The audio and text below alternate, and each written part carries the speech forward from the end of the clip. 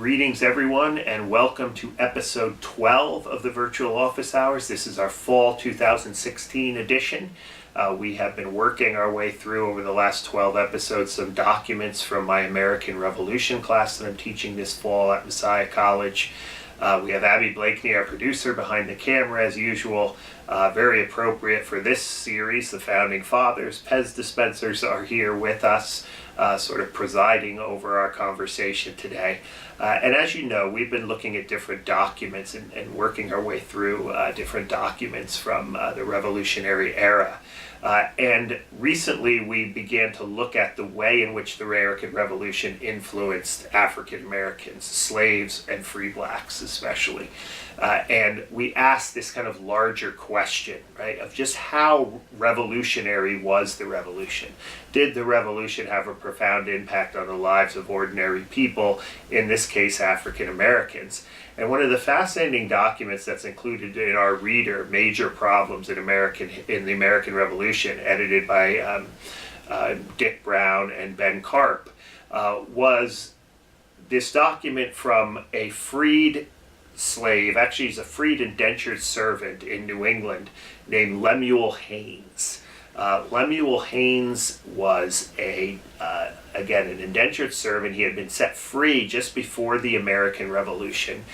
He was very much fascinated with the Calvinism that dominated New England. He was a big fan of people like Jonathan Edwards and Samuel Hopkins and some of these other Calvinist thinkers. So he was very engaged in the religious culture, the white religious culture of New England. Haynes actually becomes a minister himself, and he's actually eventually will become the first, as far as we know, the first black clergyman of a largely white church, I think in Connecticut. But maybe 20 or 30 years ago, some historians came across some unpublished writings by Lemuel Haines. And the one that we read in class was a petition or a statement that he wrote about slavery. He called it Liberty Further Enhanced. And it was a manuscript. It was never published. But what's fascinating here is Haynes makes an argument against the institution of slavery from kind of two perspectives. He begins very much with a political perspective by quoting the Declaration of Independence. He starts off by saying, "We hold these truths to be self-evident, that all men are created equal, that they are endowed by their Creator with certain unalienable rights, that among these are life, liberty, and the pursuit of happiness." And then he spends the rest of his document, kind of riffing on the idea of this life, liberty, and the pursuit of happiness, but also the idea that these inalienable rights actually come by the Creator. So he starts off by saying that liberty is a jewel which was handed down to man from the cabinet of heaven. And as it proceeded from the supreme legislature of the universe, so it is he which hath the sole right to take it away. So he very much roots his concept of liberty in this kind of Christian tradition, which many of the Calvinists of his day would have done. And he does that throughout the document. But then he also roots his understanding of liberty, and he doesn't really see any distinction, it seems, between the two, within the rights of Englishmen. So he says, "To affirm that an Englishman has a right to his liberty is a truth which has been so clearly evinced, especially of late, that to spend time in illustrating this would be but superfluous tautology. But I query whether liberty is so contracted a principle as to be confined to any nation under heaven. Nay, I think it not hyperbolical to affirm."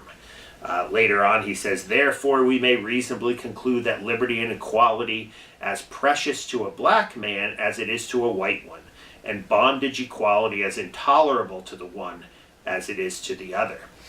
So here is a African American former indentured servant, certainly engaged with the intellectual culture of religion in New England, but also the political culture of New England at the time of the Revolution, drawing deeply upon sort of Whig political ideas about liberty, about freedom, about inherent human rights, And also, though, connecting those human rights to the Creator, that indeed God is the author of liberty. And as we see with Haynes, he's going to fuse these two ideas in his attack on the institution of slavery and push his fellow white men to bring an end to this institution and consistently apply both their theology, their biblical understanding, as well as their political ideals to the cause of the slaves. So again, another very interesting document as we debate just how revolutionary the revolution actually was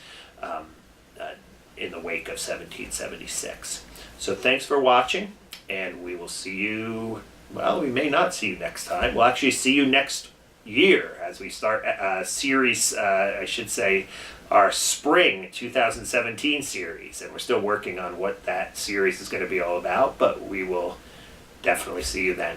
Thanks.